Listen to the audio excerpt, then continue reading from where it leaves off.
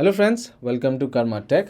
So if you are using a Mac and if you are wondering how to change screenshot location in your Mac, then this is the video for you. I am going to guide you through each and every step, but before that, if you are new to the channel, please don't forget to subscribe. Let's start the video. Now, if you don't know what is screenshot location, basically whenever you take a screenshot and where the screenshot is saved is known as screenshot location. Now, in my case, if I take a screenshot, the shortcut for taking screenshot is Command Shift and 3. So you can see I have taken a screenshot.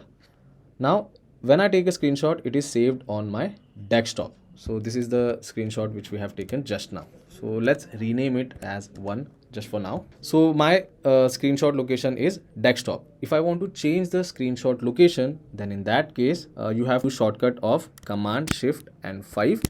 Then you will get a window like this.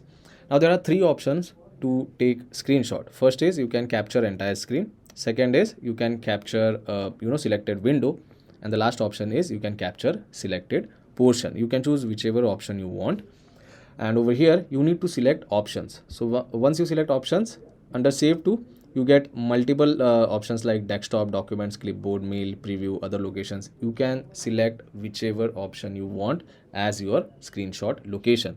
If you select documents and then if you take a screenshot, it will be saved in documents.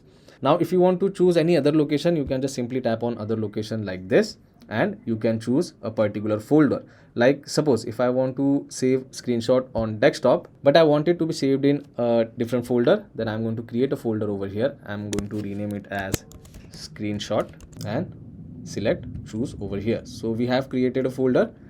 Now if I take a screenshot, you can see the screenshot is taken, but you can see it has not appeared on desktop. But if I go in screenshot folder, this is the screenshot which we have taken just now.